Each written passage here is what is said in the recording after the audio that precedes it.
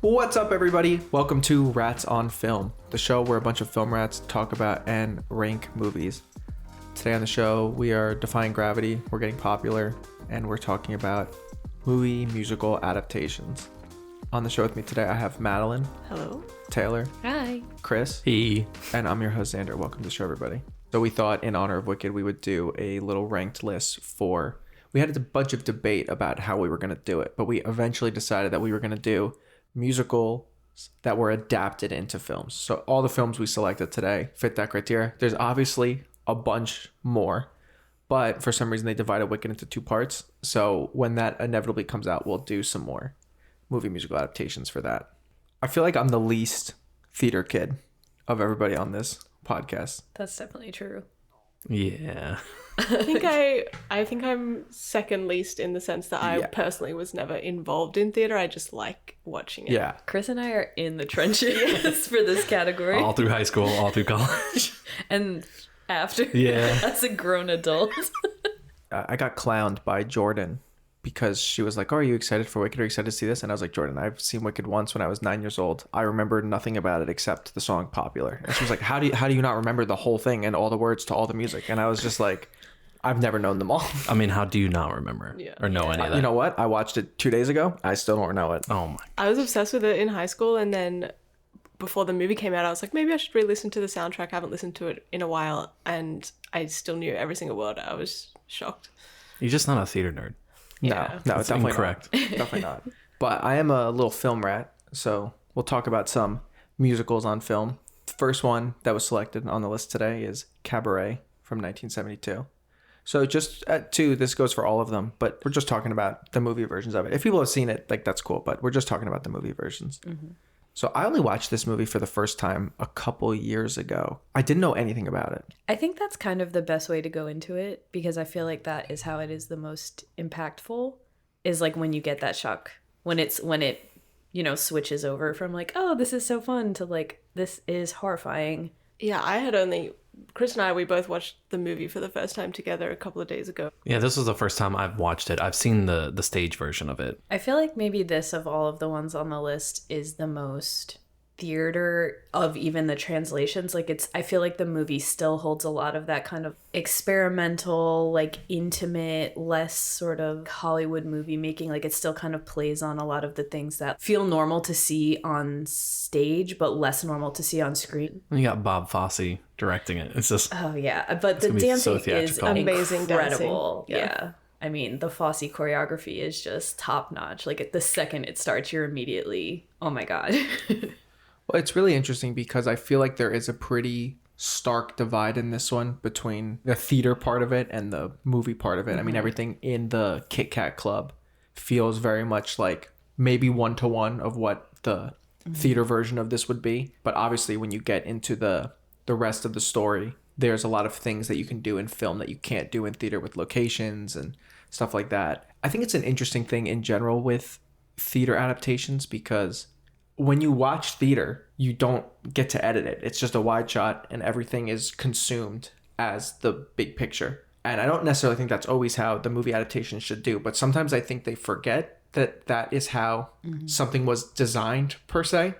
And when you get in the weeds too much of like close-ups and intercutting and cutting every single time there's a downbeat, it kind of gets a little crazy. And I think that in this movie in particular, though, some of the Kit Kat Club scenes actually work really well cutty compared to some other theater stuff where you just lose track of what's happening because there's just so much chaos going on the screen that it kind of just adds to that. And I kind of like that in this one.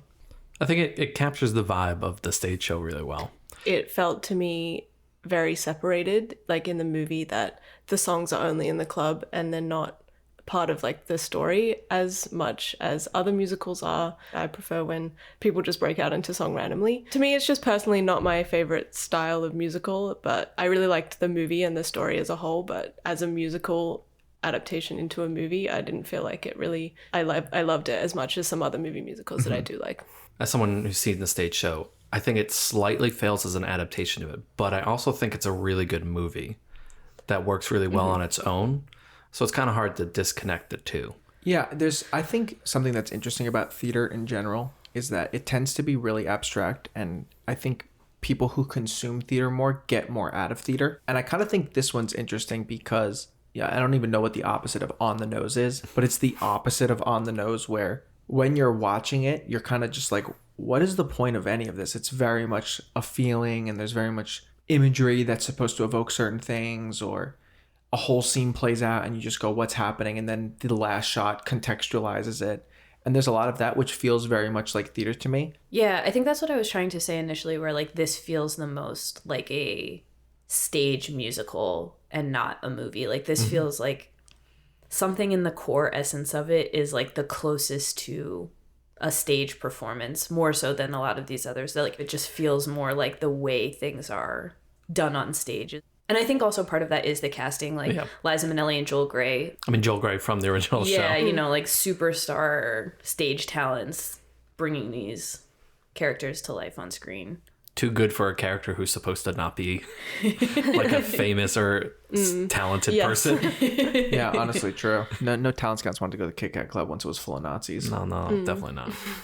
Well, all right, we'll start out with Cabaret on the top, as we always do. Moving on then, the next movie musical adaptation, Little Shop of Horrors from 1986, directed by Frank Oz. This one's pretty cool. This is a bizarre one. This has so many things that I specifically love. It like combines so many very specific things that I adore. But I think the first thing we have to shout out is that puppet. Amazing. One of the coolest Incredible. puppets I've ever seen. It looks better than most things now, truthfully. Yes. It moves so Yes. well. I mean, obviously, Frank Oz famous for his work with Muppets, with Star Wars, and you can definitely see the way that they used that technology and stuff like that. But also, I think Rick Moranis needs a lot of credit too for playing off of the puppet, because the puppet itself is incredible and the way that it moves and looks is so good.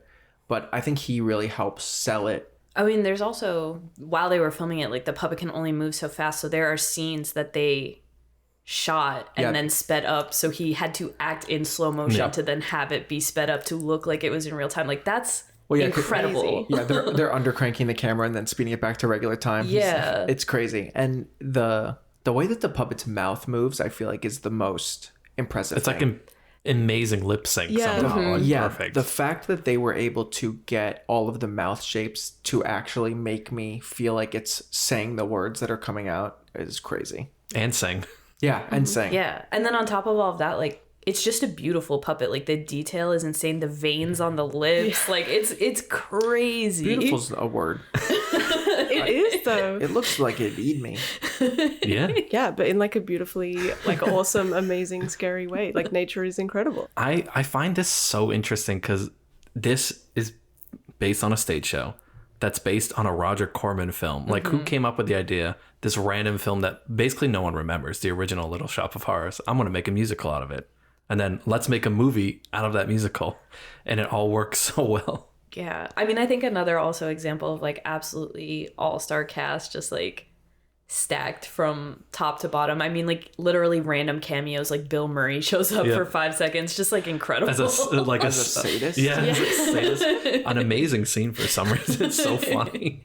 And then Steve Martin is just playing this such a funny dentist character. Yeah, and Ellen Green just like beautifully powerful vocals. Just I mean the cast is so stacked, but it also feels so like small and intimate at the same time because of like just the setting of it being such a tiny little personal story to like that group of specific people. But it also just feels like it's setting you in that like 60s kind of environment, the amazing like songwriting and everything.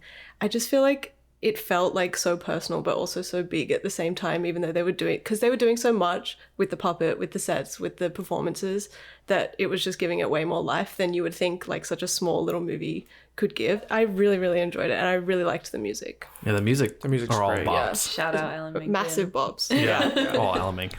Yeah. I love the dentist song. Oh god, it's so good. Oh, it's interesting too, talking about the music, Madeline. You said, do you think the music's great? I love it too. It's very, I don't know, it's like of a certain time that I really like. It reminds me a lot of Hercules, the Disney Hercules movie, like the vibe of the music.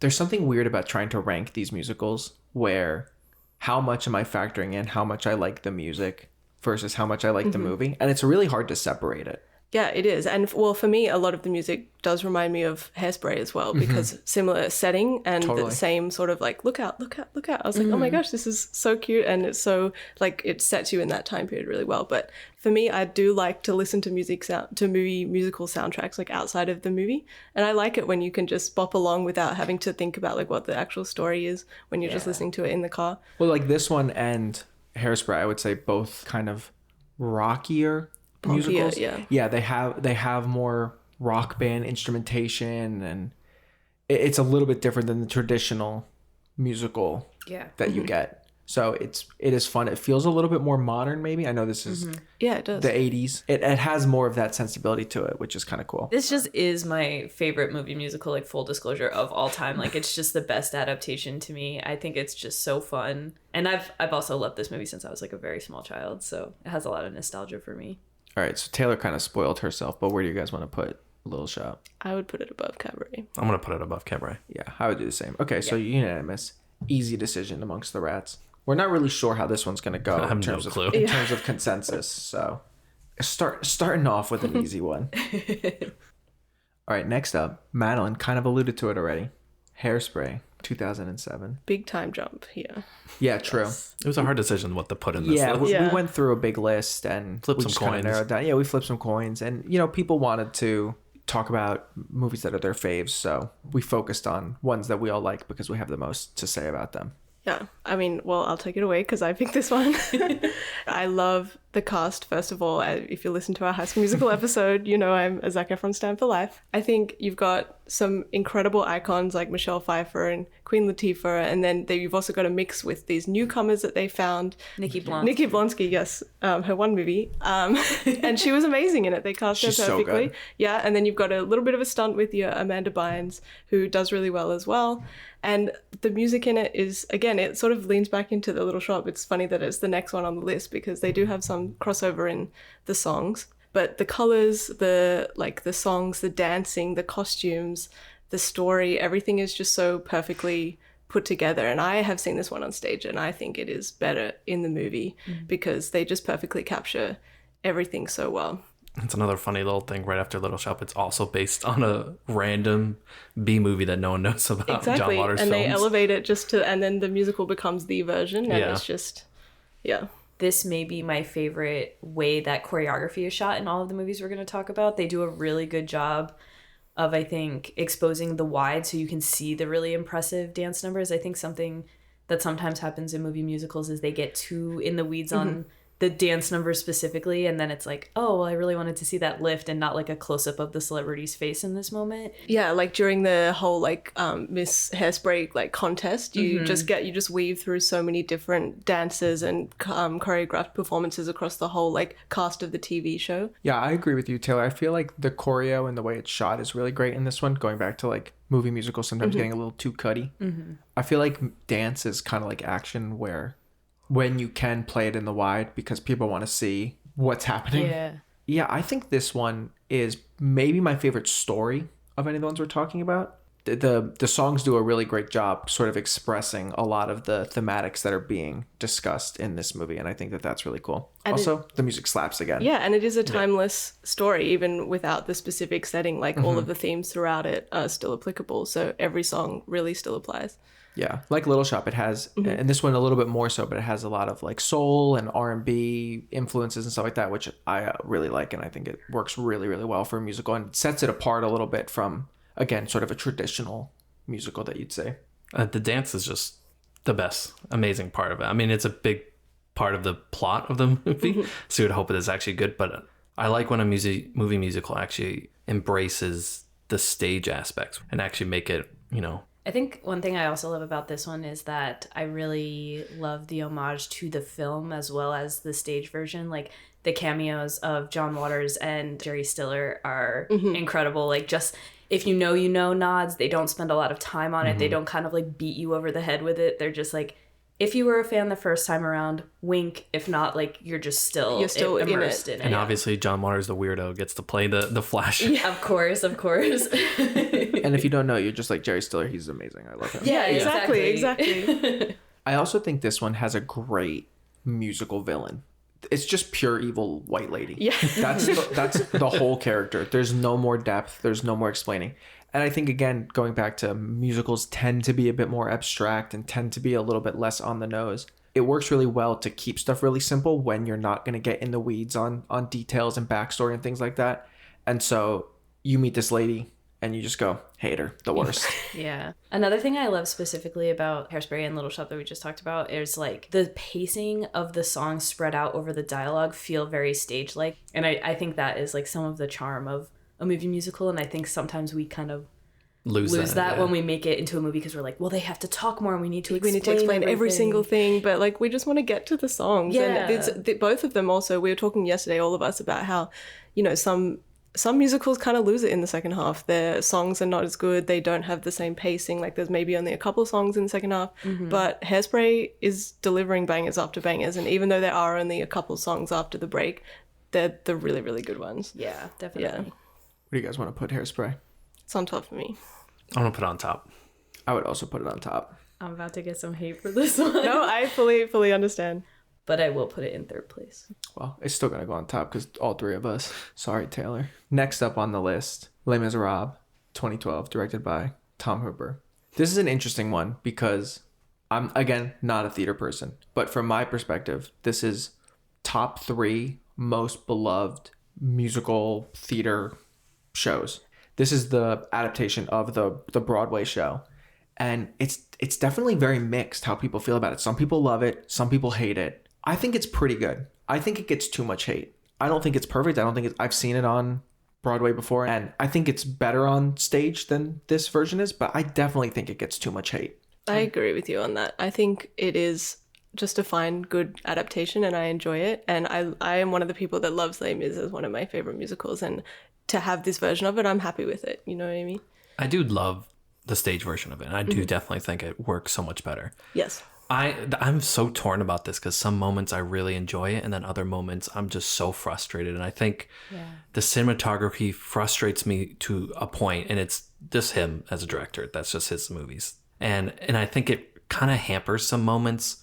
The singing live, I think, works very well in certain moments, like Empty Chairs, On My Own, I Dreamed a Dream. Like those moments work super well, but for some reason, the big group numbers fall so flat. Yeah, they're like featuring the numbers with the stars doing the solos. Yeah, and it just like it doesn't have the rounded feel that those numbers actually do have. I agree with that too. And I think for me also, there is sort of this like dissonance of it can't decide whether it wants to lean into like the pure reality of movies or the like fantasy of theater. And it doesn't do the best job of like walking the tightrope between the two. I will say one of the things I think actually works in this is the rearranging of some of the songs. Because the rearranging of Do You Hear the People Sing One Day More and Red and Black. Yeah. I think works really well for the pacing of this movie. Yeah, I think that section of the movie is the strongest section. There's a really good run through those songs, then On My Own, A Little Fall of Rain, all of those. That run of the movie works really, really well. You kind of are getting to more of the Marius Cosette story, which I think hooks a lot of people and plays really well. Yeah, Eddie Redmayne is really good. I'll defend for Madeline's sake. Russell Crowe is not bad in this movie. Well, I was going to say, I have the 2 Australian leads in this movie. One of my favorite songs in the movie is, in the musical, in the show, is Stars. And I don't mind Russell Crowe. And I personally don't love the sound of Hugh Jackman's voice either. Totally. Because he's sort of singing in like the wrong sort of key for himself. For that reason, I don't think Russell Crowe sounds as bad as people are so dramatically about him. But same, he's fine. He has a band. They're both fine. Yeah, exactly. Yeah, totally I think exactly. What works is that I do think you should choose people who can sing for movie musicals, right? Well, People who this can one, sing and dance. They've I really think mixed the bag. Yeah. I think it's very important. But I think what kind of works in this one's favor that doesn't work in some other movies that we're probably never going to talk about is that at least they're good at acting while singing. Like they're portraying the moments. Like Russell Crowe is doing really great at portraying this rigid man, and then especially in Stars, portraying this man who doesn't know what's happening in the world anymore. Well, it is funny that you say that it's better when they cast people who can actually sing, because I mean, I shouted out Eddie Redmayne, but then also Samantha Barks. Yeah, Samantha Barks. She's amazing. As well. she's the other best performance for me. Well, she's a West End star. That's what I was going to say. She's actually a theater person, and her vocals are amazing, and she does a really good performance as well from an acting perspective. So Same with Aaron Tveit. Like he carries. he's great. Yeah. He's great. And I think just when you bring talent like that to the table, it kind of makes the disparity between like just fine and then proper stage talent so much more obvious. And that's like no shade either way. Like screen acting is a very different beast, and all of these people are very good at their craft. It's just when people are like day in and day out doing stage acting and specifically musical acting, it's just so different, and it's so obvious when you just kind of like throw them all in together and you're just like, go. Especially like, when it's not the same. live singing, because you don't really have the chance to like fix people who aren't fully there. But for Les Mis, I guess it does kind of work because the story is so like rough and raw, and also because the whole thing is sung. Like if they were just standing there like lip syncing their scenes, it would look a little bit, it would bring you out even more. I think it deserves some credit, whether you think it turned out good or not, for going for the live. I like the Yeah. live. I think that that's really cool, and you can tell in the way that the performances are happening. Now, if you don't like how it ended up sounding because of that, like fair enough, but I kind of like that, and I respect I think that. it adds to the performances in a way, Totally. because like they can retake the scenes and sing it differently every time and put their emotions in and get to where they need to be. Yeah, I do think, going back to how we were talking about, it's an interesting thing to decide how much is the quality of the music going to factor into our reviews of these specific adaptations of it, but also the story of Les Mis is really good. Yeah. And at least as far as adapting the Broadway version of it, not the however many thousands of pages the book is, but the Broadway version of it, it's a pretty faithful adaptation. I know they rearranged some stuff, but overall the story is there, and I think it's a compelling story. And so, this movie gets points for me for just being a good story that I'm interested in watching. I agree. The story and the music are timeless and classic and both really good. And I've seen this show in 3 different countries, once in a different language that I didn't understand. Was it French? No, it was Norwegian. Very good. And I still was moved by every single moment that I would have been in the English version, because you know what's happening, you understand the emotion, you understand the story. And I just think, and again, because it's all sung through, like you're with them the whole time. And it's, I think, a pretty good adaptation. I'm happy with it. Kind of like Taylor too with this one, how she was saying Little Shop is so nostalgic for her. This one is nostalgic for me. My mom loves Les Mis. I asked her before, she's like, I think I've seen it like 6 or 7 times on Broadway. And so like I grew up with the original cast soundtrack, so like I know these songs better than any of the other musicals. So when you get to the songs that I really like, they hit really hard for me just because of that nostalgia thing like you're talking about with Little Shop. Yeah, I will say with this one, I love it, but I do prefer to watch it on stage. Yeah. I agree with that. All right, where do you guys want to rank Les Mis, Taylor? This is 4 for me. 4 for you? This is 2 for me. 2 for This is above Cabaret, but below Little Shop for me. like I'm more inclined on a regular day to watch Little Shop, but I feel like, but now it's going to be complicated. Now we got to phone a rat. It's going to be complicated regardless. I feel Yeah. like we have already kind of... Well, you put it 4th. I guess I'll just put it 2nd then with Madeline, because I feel like that's where I would lean. I would put it below Hairspray, but I would put it above Little Shop. But close. Yeah, It's all very close. yeah, very close. It's true. All right, next up on the list, a fairly new one, not a new musical, but a new adaptation. Tick Tick Boom, 2021, directed by Lin-Manuel I Miranda. fully forgot that when I rewatched It's it. his I was like, I saw directorial his name. debut. Yeah, Yeah. it's good. He does a great job. Yeah. He does not get enough credit for this. I know he's like kind of become a meme sometimes online. Like I really feel like we need to pause, give a moment, give him his flowers. He killed this one. Absolutely. Yeah, it's great. It's amazing. What I really love about this, well, one, it's based on a one-man show. It's just a room and they just sing the music. It's like what it's called, a rock monologue. So there's nothing really added to it. But then the movie is this great thing where the show is happening. Like you have moments where Andrew Garfield playing Jonathan Larson's on the stage, but then it cuts to like the real life events. The movie version the of movie versions, or like the movie biopic. versions of the singing and the dancing, which still is in this movie, which is crazy for what a one-man show. But like it allows the film to adapt it, but also critique Jonathan Larson in a kind of way, which is very interesting. No, I've not seen all of these, including this one on stage.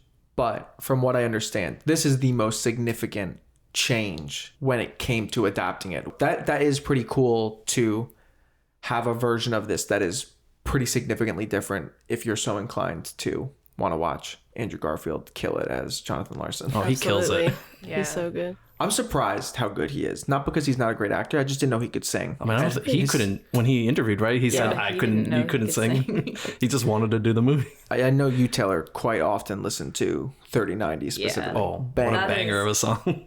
In my humble opinion, easily the best track on this one. 100. Yeah, I mean, agree. the music definitely. in this is all amazing. And again, it has that sort of rocky, sort of Yeah. modern sound, but it is still a good number of years old. So it is quite, it has Yeah. that longevity, but it's still fun. It's still good. It's still emotional and powerful. But it's a really like interesting sound that still holds up. I just like Lynn's direction is able to bring this stage sensibility to it. Like when they're doing the song about, you know, the new apartment and having these amazing just like little numbers and these great like camera whips and cuts that feel like kind of dance moments that are on stage, right? The whipping back and forth between eating in the shower and them in this new apartment and they're dancing around. And it's just like, it feels so theatrical and like of the stage, but somehow translated to a movie. There's a lot of fun fantasy in this one. I forget exactly what the song is called. Sunday or something like that. Sunday At the brunch. diner. Yeah, at the diner where the Moondance Diner opens up. There's a lot of that, him swimming in the pool when he's trying to write the song. There's some cool film language that lends itself really well to sort of the abstractness of stage, which is kind of cool in this one. This is another example also, like I said in Hairspray, the cameos, perfect. If you know, you know. If you don't, it's not for you. And the scene doesn't lose anything for it, which I feel like sometimes does happen where you're like, if you don't know, you're like, what's going on? Like, why are we doing this? Just the scene in the diner at Yeah. the brunch, so many Broadway superstars just packed into that tiny little space. And that's just like fun to be like, oh my God. I The can't Skyway wait. Sisters. Which is really cool. I also think it's really cool that Sondheim recorded the voicemail that he leaves Jonathan at the end. That's like one of the last things I guess he Yeah. did in movies. I also, this is not even about the movie, but Superbia or whatever the show that he's writing needs to be released because I actually do want to see that show. I know they say no one wants to see it, but I want to see it. I fully thought while I was rewatching it for the podcast, I was like, this sounds exactly like something Chris would go to see. 100%. I mean, if I could, I would see Starlight Express. So I'm willing to see any stupid show that I could. I think this one also kind of, like how you were saying before, Madeline, is like, there is a level of entry here that feels a little bit more theater kiddie, but it also is very accessible to people who are not into that, more like Xander. Like there's a movie element, but there is also like you can go off the deep end into like the lore and like, oh my God, that little riff is in Rent and like this is in this, and like you can really get lost in the weeds of it. No idea for me. But it also works just really well, complete blinders on, just as a movie. So it's interesting because I think this one is the only one that we've talked about that like genuinely has two lives and probably two very different experiences depending on what knowledge you bring into watching it. Where do you guys want to rank Tick Tick Boom? I'm going to put it third. Under Little After Shop. Little Shop, I think I agree with that. It's fifth for me. Fifth for you. I think I would put it third as well. I also just want to say it's fifth because it just came out. I have no nostalgia for this. Like these other songs are things that I have sang my whole life. Like this one just doesn't have the... I had only watched it like on Netflix when it came out during the pandemic probably, and then I rewatched it the other day and I actually like upped it like a half star to 4, I think, because I really, really enjoyed it. It's very good. It just like doesn't have, like I don't hear it and get like full body tingles like I do with some of the others. We're like, Taylor's opinion? Wrong. This is like me on the Alien podcast. Yes. Me and Tim just kept uploading it. All right, last up on the list for today, Wicked Part 1, 2024. They dropped the Part 1. They're liars. They but dropped it. It's in the movie, It's but in the title card, yeah. and you can tell when people in the audience don't know. Like the recent time we just saw it, there's an old couple next to me just went, "Ooh." It's like shit. They didn't know. Surprise. So when I was saying before about Les Mis being one of the top 3, I feel like most iconic stage shows, I would say that this is one of the other ones. I mean, this is one of the only ones I've seen multiple times, like a lot on stage. Yeah, I think not every, but a lot of people who just don't even ever go to the theater, like Wicked would be the one that they would choose to see. I think the cool thing about this one too, specifically for the people here sitting at this table, is like this is the one that came out in our lifetime. Like this is our Les Mis. This is our Phantom. And they've been working on this movie, like they've been talking about it for as long as I can remember. Like I still get Facebook memories coming up from like 2009 with my friends being like, they got the rights, like they're doing this, and it took 20 years to make. And they could only make half of it. Yeah. Yeah. Well, we got to talk about that, I think. First off, I went into this movie not thinking I was going to be any kind of fine with the Part 1, Part 2. And I was pleasantly surprised that it actually kind of works. I agree. It actually works as a full movie. It does. I think I'm still like very nervous about what that leaves for part 2 as a complete movie. I think that is where my hangups are. Like, I think this was beautiful, wonderful, like loved it. My concern is like, will I ever want to watch part 2? I think it works better altogether because you get the good, you get the good and the bad. And this is like, you get the good and then you wait a year and you get the bad. We'll find out in a year what the rats think Yeah, about how part 2 works. I'm remaining very optimistic. Like, this is one of my favorite musicals of all time. I'm just like very nervous about what that's going to feel like a year from now. It's weird because like the stage is 2 hours, 20 minutes. This movie is like 2 hours, 40 minutes. And it's only half. It's only half. It somehow, the pacing doesn't feel off. I think the pacing doesn't is feel good. long. It actually Yeah. works, but I will say it will have the problem where there's long moments of no singing. Yes. And like, luckily it's interesting stuff that's happening and everything is interesting that's going on, but it will have very long moments of no singing. Because of that, they spread a lot of songs a bit further than they normally are. Or they maybe should. Maybe they maybe should, but for me, I feel like they did fine. I think they should have done it for Divine Gravity, and the ending is really rounded and perfect for me. I think the stuff that they added adds a lot to the story and the depth of the characters, and the things that I would take out for time are actually things that are from the show, like a sentimental man. Otherwise, I love it. He just wanted to be a father. A father. Yeah, but he could just say those things. Yeah, I mean, he does. We know. But like, again, if you're making a part 1, you kind of can't cut it in music because like, what do you do? For time. This also has, I think, some incredible dance numbers, and this is also like other John Chu, his other film in the Heights also had incredible dance numbers. It was a contender for this. It was a contender. Yeah. It starts off in the opening number, and they start doing this incredible dance. I'm like, oh, okay. Yeah. This is going to actually be very theatrical on stage. Well, yeah, he's been shooting dance for as long as, Step Up. Step Up to the Streets. Oh my God, yes. So good. I think that's his first movie, right? I think it's early, yeah. Like I might be wrong. some Off the really top of my great head, I think that's dance his numbers first in movie. that, Yeah, though, yeah. shot amazingly. So in this, like, it just elevates it to the next level, and it looks great against the practical sets that they built. Yeah. He's on a pretty good run because it's Crazy Rich Asians, In the Heights, and then this. So he's on a good streak right now. I like his work. Yeah. It's doing great. And I think the arrangements of the music is really good. Yep. Gives a nice rounded out feel to a lot of the songs, and then everyone in it is also amazing. The performances say, are performances amazing. are really good. This is another example of what happens when you cast people who are actually trained singers And and, can know dance. what they're Good doing, acting. have stage experience. It's just an easier adaptation. Like, all of these people have that experience to not be like a fish out of water in this setting. In a similar vein, I didn't know how I'd feel about Ariana Grande as Golinda, but I thought she did a great job. Yeah. Yeah. I know really her like from Victorious on Nickelodeon. You know what I mean? Like, that's Yeah. my Yeah. acting exposure. Obviously, I know she can sing. But from a performance perspective, I think she did a great job. I think she adds a lot of really great comedy to the movie.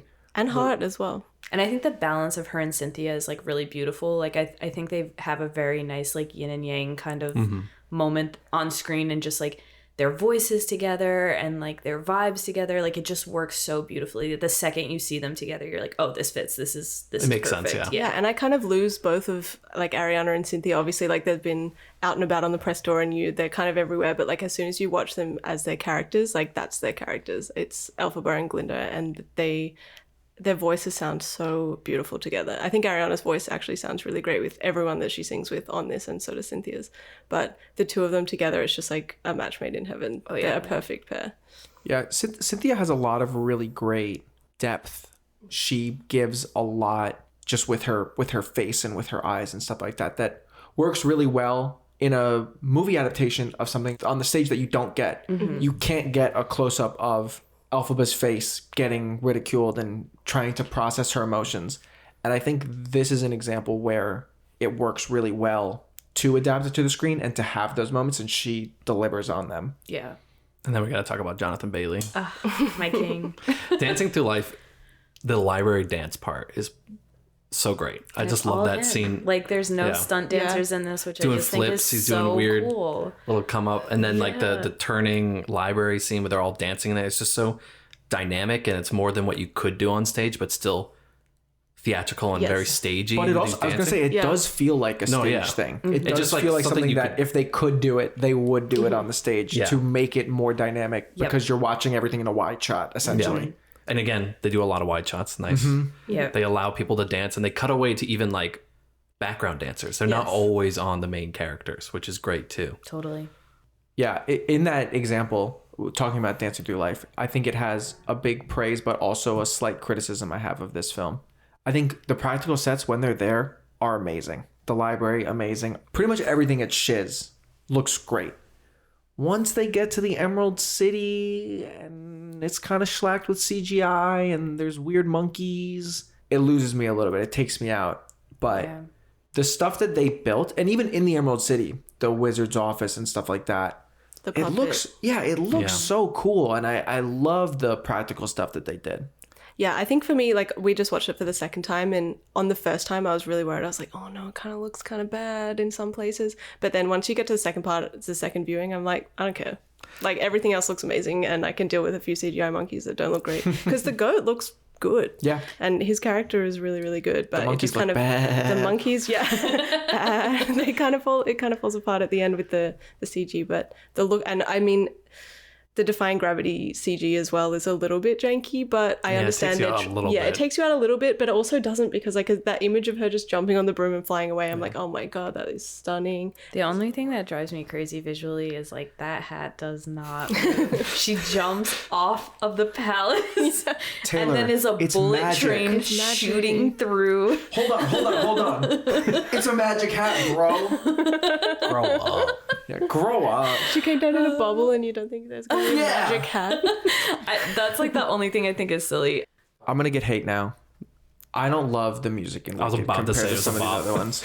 I was about to say all the just- music hits. I think every vocal performance is great, and I think all the songs are enjoyable. I just didn't, as someone who doesn't really remember it or know the musical, I didn't leave with any of the music stuck in my head. It's the Crazy. 1% out of the whole world. Yeah. that I is have why. not stopped listening to the soundtrack same. since the And even movie if I'm came not out. listening to it, it's running through my head. Yep, yeah, definitely. But it has been since, for 20 years. Yep. I couldn't sing you a single song right now, except for maybe the chorus of Popular and maybe the chorus of Defying Gravity. Like, We'll take it away. No, Give it a go. I'm good. That Let's do seems the like a you alphabet problem and impression. not Yes, everyone yes. else. Oh, yeah. problem. Exactly. That's totally fair. It's just even some of the other ones that I'm not as familiar with, like Hairspray, I've only seen twice. The songs in it get stuck with me more than the Wicked songs. They are a do. bit more like poppy and Yeah. like This one I think is a little bit back.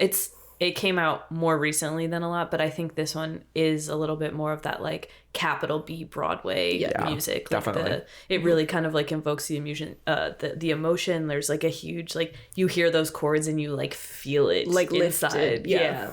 Which is just not my sensibilities much. So I think maybe that's why it just doesn't stick with me the same way some of the other ones do.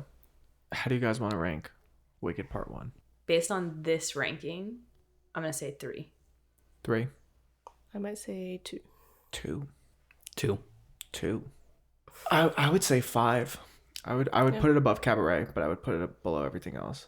2 of you said 2, so we'll weight it a little bit higher. So we'll put it at number 3. I'll be on my own with no one here beside me with Wicked down at 5.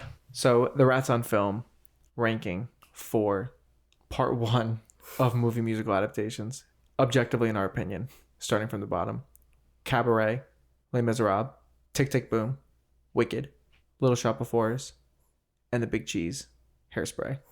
Let's go. Madeline got her way. Taylor also got pretty good. You know what? Second place is not bad. I'll take it on the podium. Yeah. Do you think this list is going to be popular? Oh my god. We're just potting through life. 1 year more until we can see Wicked Part 2. The longest intermission ever. Yeah, Which I am very excited about. I'm interested to see the new songs that they put in. Yes, I am looking forward to that. And also, there are some of my favorite songs in Wicked are in part 2, so. So for anyone who's mad about movie musical adaptations we didn't include on this list, the plan is for us to get back together a year from now when Wicked Part 2 comes out and do another round of movies, including Wicked Part 2, and add to this existing list. So if you're going to wait in suspense for us to talk about your favorite movie musical, you can let us know which ones you'd like to see us do. But yeah, there will be more. I mean, there's a million musicals not just adaptations, just all kinds of different musicals on film. So we'll definitely do more lists of this nature in the future. Theater kids are bad, but also great. I love musicals. Like, I cannot explain how this has like reignited my desire I know, I've just been watching more. Yeah, like just go to the theater and watch movie musicals. Like, I've been doing it nonstop for the last like month and a half now. Thanks for listening to Rats on Film, everybody. Tell a friend about the show. We're a bunch of little rats talk about and rank movies. You can follow us on social media, Rats on Film Pod. And then you can get this podcast on Spotify or Apple Podcasts. We'll be back in 2 weeks to talk about some more movies with you. Bye, everyone.